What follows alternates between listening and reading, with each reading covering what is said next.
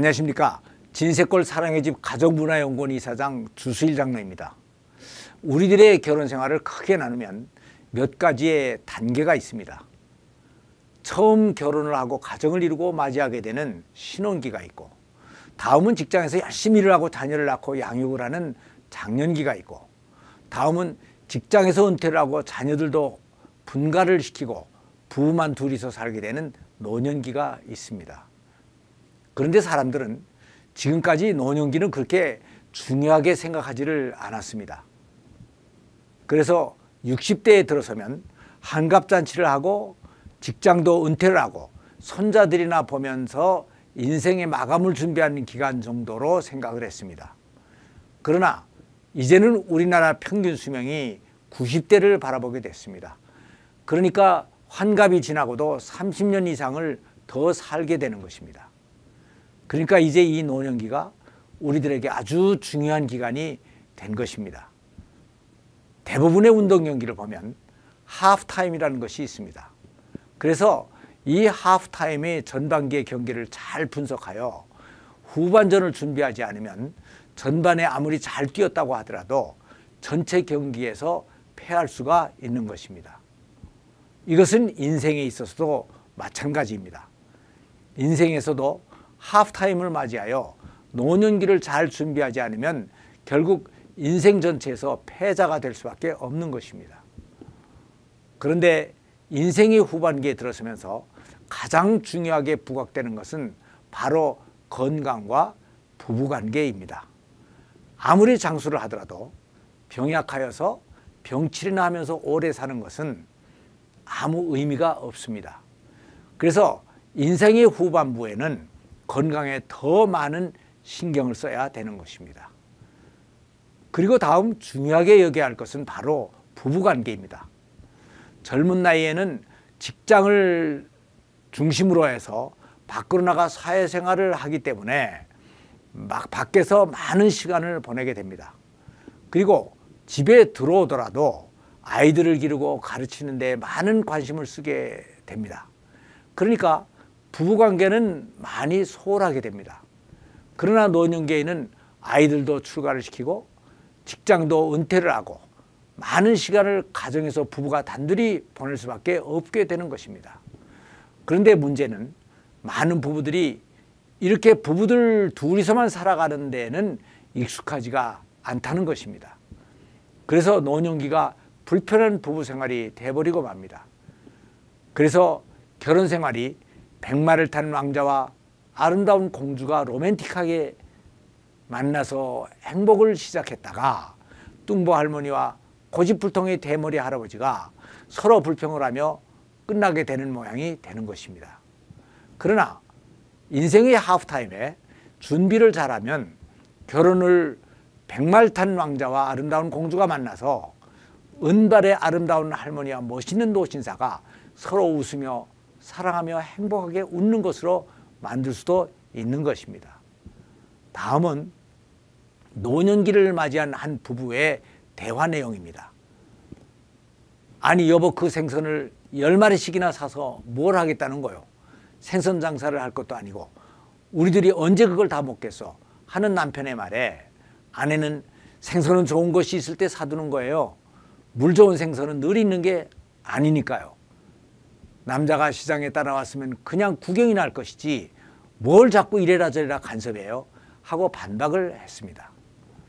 60대에 들어선 김상무는 은행에서 30년이 넘도록 직장 생활을 하다가 중역으로 정년 퇴직을 했습니다. 평생을 한 직장에서 매달려 열심히 일하고 살면서 일남 2녀를 낳아서 잘 길러 결혼까지 시켰습니다.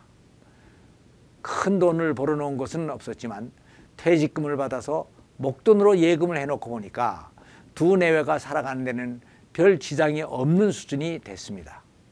그런데 남편이 직장에 나가지 않고 시간의 여유를 가지다 보니 부부간에 새로운 갈등이 생긴 것입니다. 여보, 통장들 좀 다 가지고 와봐요. 무슨 부조금이 10만 원이나 나갔어. 이건 또 왜 필요도 없는 걸 이렇게 많이 사오고, 이제 5만 원이 넘는 것은 내가 물어보고 사요. 전 같으면 직장일에 바빠서라도 아내에게 월급 봉투를 통째 맡긴 채 살림살이에는 전혀 간섭을 하지 않았던 남편이 이제는 변했습니다.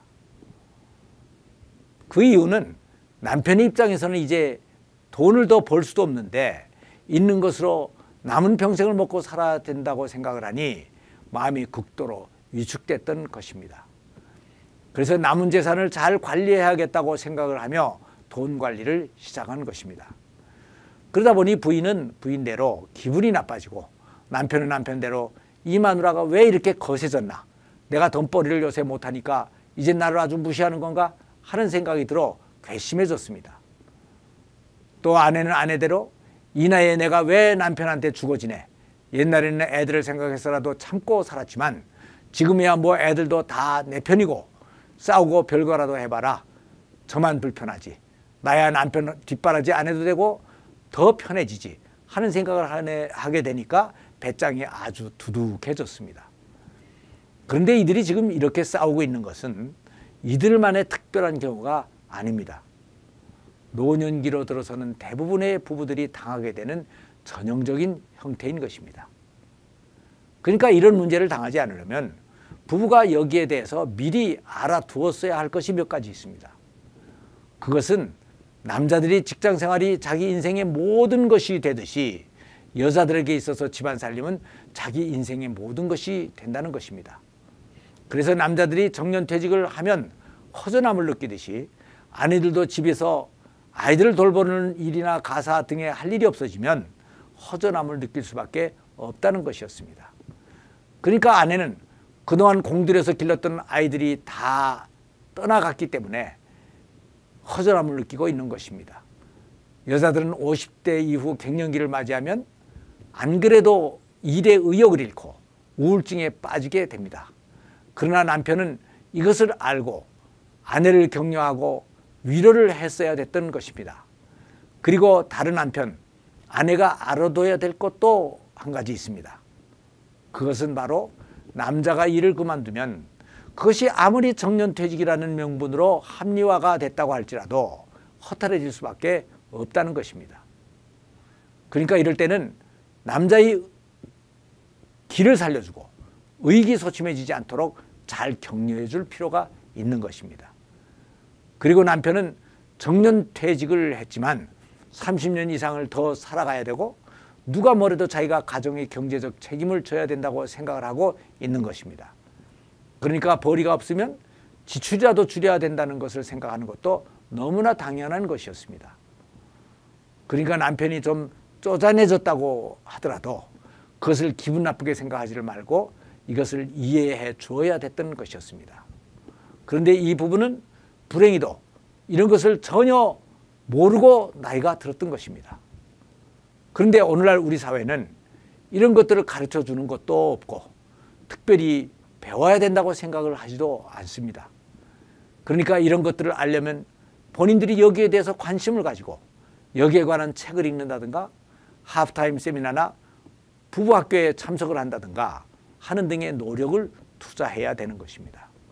그러면 이것이 우리들이 인생의 후반기를 성공적으로 만들어주는 결정적인 계기를 제공해 주는 것입니다. 감사합니다.